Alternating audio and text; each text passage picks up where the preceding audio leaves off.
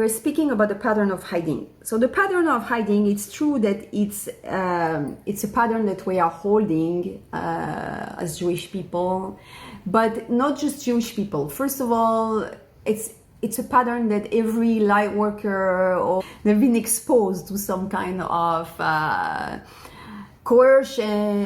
Sometimes it was seen as sorcery, and so because of that, many people are holding in their field the trace, the imprint of this persecution. Okay, and so this is something that is good to clear off. And because, you know, it might have been the case that it was dangerous at some point, but it doesn't mean that it's still dangerous. And when you still carry the imprint, then you feel that it's still dangerous right now, even though it might not be necessarily the case. Second of all, there are different ways. Even when it's dangerous, there are different ways to do things. I've been holding space for a few people who shifted that pattern and that imprint of persecution. And there are, you know, so we go to past lives and we see, you know, these stories of what happened and these people that have been burned or killed. And what happened is that we often see that there was always one way to make it work. But we had to find the right way for this specific time. So there is always one right way. We just have to be really balanced and really aware of what we are doing, so we are able to do it in consciousness, and we are able to always ask for divine assistance, so it's done free from ego and it's done from the right place. Okay, whatever you do, if you do it from a healed place, or if you do it from a place of fear, or from a place that you need to prove yourself, from a place that, you know, there is an emergency and you need to save people, you know, if you do it from a place of imbalance, okay, any fear is a place of imbalance. Any place of justification or having to prove something is a place of imbalance. If you do it from that place, you are necessarily exposed, that's for sure. Now, if you feel that you still have to heal some of these imprints because you're not in that balanced place yet, it's okay to wait a little bit in terms of exposing yourself more. And in the meantime, do what you can do to serve the collective cause, you know, without having to putting yourself in a place where you're not ready to hold. Understand? What kind of thing do you mean about putting yourself in a place that you're not ready to hold? What kind of things would it be? I feel called to share with you a few different regression that I had recently with leaders and teachers, okay? That have finished persecuted. Okay, the end of their life was persecution, killing, blah, blah, blah. Okay, and when you see them in the beginning so when we go to regression and we see them at the beginning of their life, they are like, you know, these people surrounded with a lot of students, like in amphitheaters and everybody around. You don't understand how they end up like this. I've done two of these regression very recently in the past month. And in both cases, it was showing that they were teaching not from the right place. Even though they were full of good intentions and they were full of love, okay? And they sacrificed themselves like no one sacrificed themselves. But in both cases, there was something a little bit off. And in that scale, when people are, you know, they take such a level of importance, a little thing off is taking huge proportion. Okay? So what was off in their case? The first one is that he wanted to take the pain of others on himself because he wanted to relieve the people from the pain. Okay? This led him to become a martyr. This led him to carry all the weight of everybody on his shoulders. And instead actually of serving the people in this way, what happened is that it disempowered people, because people in the end felt so dependent on him, okay? And instead of praying to God, they started praying to him, okay?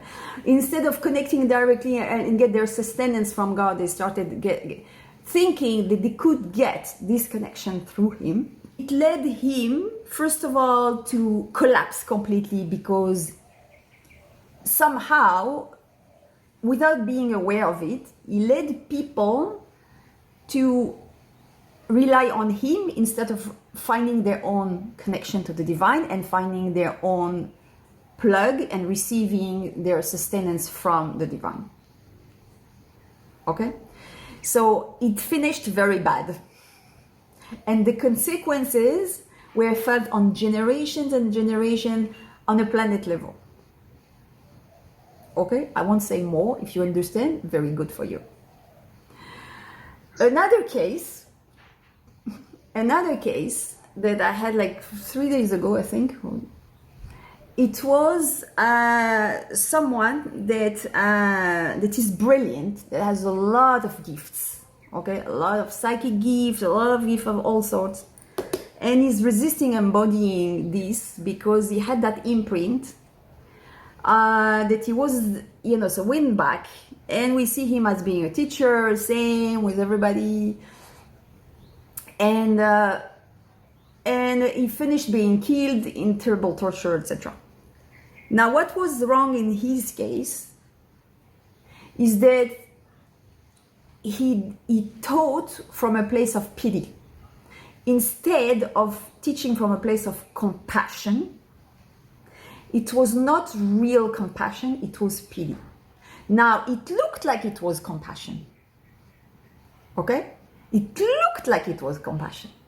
Because, of course, he's aware enough to not fall into that trick, But when your intentions are not 100% pure, and you're not 100% aligned, then all your teaching takes that color. Understand? And in the end, whatever you do, whether that it's an action that you do, a teaching that you give, or a music that you're creating, that you're singing, or a song that you're writing, a book that you're writing, a piece of art, whatever that you do, it is holding the frequency that you're holding at the moment of this creation. Okay? This is what people are going to receive. This is the frequency that you are holding while you are creating whatever you're creating. Now, if whatever you do, if when you do that, you do it from a place of pity, or from a place of I'm here to prove myself, or I'm here to show myself, or I'm here because if I'm not, then it's going to be a catastrophe, that I need to do something because I'm desperate, because I feel powerless, because I need to do something to feel again that we can handle this situation. You understand? All those motivation, they are low vibrational frequency. They are low vibration. This is the vibration that you imprint like a stamp. This is your vibrational signature. I want to relate an experience that I've done many years ago. I was learning back then it's called bioenergy. And we were, trained to feel the vibration of things, okay? And to sense, to tune into the vibrational frequency of things or whatever. So, the teacher put in front of us something that was inside the box, okay? It was like a very weird object. None of us knew what this was. Okay?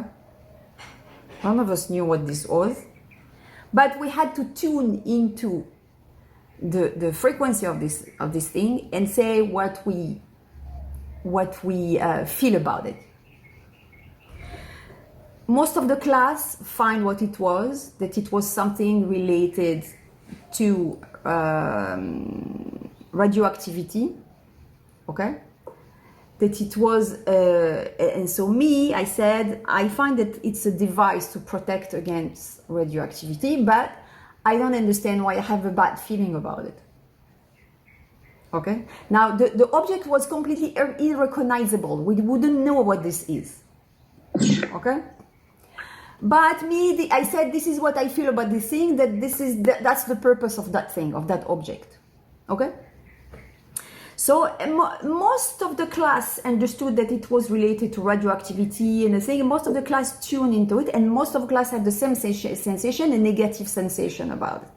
Okay? Now me, I was like, how come it's a negative sensation if it's something that is supposed to protect you against, that's good in the contrary, right? And so turns out that actually the negative vibration that we were feeling from this thing, it's because the person that created that device, that this guy was a Japanese guy that created this after one of the, leaking, like one similar to Fukushima, similar to this one. It was a previous one. And because there was a catastrophe in his area, he made that device and he sent it to my teacher, who was like renowned for doing research in this area, worldwide renowned. So he sent him this device. He said, what do you think of my device? Can you please evaluate it and everything? And so he said, you were all right. There is a negative energy that comes out from this device. Why? Because the person that created that device, even though he did it for the purpose of protecting people, he did it from a place of fear. And therefore, instead of protecting people, it was allowing them to tune into their fear of the radioactivity. Okay? So that was, we went a little bit far, but it's just to tell you why is it so important to know what frequency you are holding before starting embodying this light, So, okay, you do it for yourself, but in terms of coming out on the public place and exposing more, you have to be aware and always adjust yourself. Now, we are not expected to be sent. We are all on the way to do things right. And it's okay to do it even if you're not completely ready, as long as you're aware that you have to realign and readjust yourself constantly. Okay, unless there is something big that you really need to address, and then you wait to address it and then you move on. But otherwise, everyone, okay, no one is like arrived. Everybody's on the way somewhere. Understand? The most important is to be aware of what you have to remember to remain on the right track. And usually you have people around you that normally, if you have the right people around you, they will tell you. So fear is supposed to, I thought, it's there to protect you. You have the sense of fear when something is dangerous around you. So what do you do with it? Okay. No. So we are not saying that fear is bad. We are saying that if you do something to protect, okay, you want to make it from a place of alignment and not from a place of fear. You don't want to do it because I'm afraid and I feel powerless, so I'm doing this to try to feel powerful. Okay? First of all, you transmute the fear or whatever it is that is on the way, and then you do your thing. How to transmute? There are many ways to transmute, many ways. Say the opposite of fear is trust. Okay? So when you remember that this is not the end of the story, that there is a purpose to this, And then now you're in the darkness, but you have some tools in the dark. This is the trust. Okay. But what this girl downloaded yesterday about this journey is that we are in a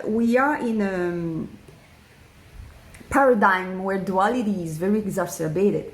So on one hand, we have fear, and the way we find to transcend fear is to actually connect ourselves to trust. Okay, so when we are able to connect ourselves to trust, then we can transcend the fear. But actually, trust itself, it's also polarized, because fear, it's like she was actually showing this circle that is half dark and half light.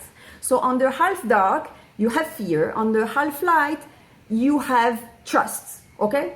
Now, in order to transcend your fear, you're trying to go to the other side of the circle, which is the side that is polarized light. Okay, but it's also polarization. So you come and you try. Actually, what you're trying to do is to come back to the middle. The middle is when you're able to transcend both trust and fear, and you come to a place of neutrality. When you're in a place of neutrality, you find peace. You actually don't need trust anymore, because you're in a place of light. You know you don't need trust anymore. You only need trust when you're in a place of darkness. Right? The moment you don't see, so you hold on to trust. And this is exactly actually the message of Sukkot. And everything that happened during Simchat Torah, it's very powerful that it happens after Simchat Torah. We had that, we were tuning into these forces, which is the force of Emunah and Simcha. This is actually what Sukkot is about. Sukkot is the chuppah, the marriage of two strengths, the strength of joy and faith. Okay? If we are able to join those two strengths together, okay, and marry them, we are able to come out after Sukkot and hold whatever is coming after. Okay, and so the fact that this happened just after Sukkot is just a reminder of what tools we have to use to be able to handle this. Okay, but when we finish transcending all of this, the fear and the trust, the sadness and the joy, we come to that place where both opposite values are transcended. That's the place of peace and neutrality. It's so good. I just love your answer, and it's so brilliant what you're saying. I mean, it just is absolutely brilliant. And I just was going to say that from my understanding is that fear doesn't actually exist on a level, because fear is an illusion of something that hasn't actually happened. It's a state of mind of something that may or may not happen in the future, but it doesn't actually exist in the present. And just the way that you are speaking into moving towards the equanimity, to that central point, that 0 point, it's so beautiful, because that is being present. And exactly. when you're present, you're not holding these polarized experiences of possibilities, but they don't actually, they're not real. I mean, the danger is real. And I think that it's so good to discern the difference. Like, I'm in danger and I need to respond to the danger, but fear is something else, and it's actually also, it's also part of our primordial kind of brains. So it's triggered. We could say that it's real as long as we are holding the imprint of something that happened in the past. And so if we're still holding it in our field, then it's the present for us. Yes. And that's why it's so very important to clear our field from any of these imprints, because then all the decisions that we make in the present, they are based on whatever happened in the past. And when I say the past, I say the extended past, like all the past lives, and also the lives of your ancestors that gave you these memories. So that's why clearing these memories and clearing this imprint is so very important. And there are many ways to do it. And, the mentorship program that we do is about this. But once we finish clearing, we are left with being present. What's about today? What's about today? you know. And today is really about using my resources and using my connection. And it doesn't, let's say that it's avoiding to make the equation more difficult than it is. When you were telling us the story of this master who finished persecuted or a martyr, and who took all the pain of the people surrounding him on his shoulder. Growing in that kind of family with parents who are doctors, but who took all the pains on their shoulder. And I see that now they're getting older and with all the disease that they have. So it's this pattern that I learned, you know, if you want to help others, take on their pain on yourself. Okay. So this whole thing of helping, but also the duty to transmute it and not keep it So on yourself and for yourself. yeah, so there is a transmutation, but there is even better than transmuting is teaching people how to transmute it themselves. And this is what I'm doing today, for example, because I noticed that my work, my healing work, was not sustainable because I was getting very, very exhausted. And so my only way out is to teach people to heal themselves. It's to teach people to transmute, to transcend, to clear. And so they do it for themselves. Because there is nothing that you can do for people really. Because even if you do it and you don't teach them how to do it, or you take the responsibility from them, they're never going to do the work. You're just going to clear them. And after when they accumulated enough again, they're going to come, oh, clear me again, please. That's not helping anyone. So, and that's not the way. That's not empowering. That's nothing that is interesting, really. Neither for humanity, neither for you. Whatever help you're offering, you have to be very careful from what place you're doing it. Are you doing it because you want to relieve the pain of the people, so you're taking it on you? But then, what about you? Are you doing it because you want to show that you're useful? Are you doing it because you want to be included? Are you doing it because for whatever reason? If it's not for the right reason, it's not gonna end good. So there's nothing that there is nothing that you can do instead of people. People have to learn their homework, they have to do their homework, they have to learn their lesson. The only thing you can do is to hold space for them.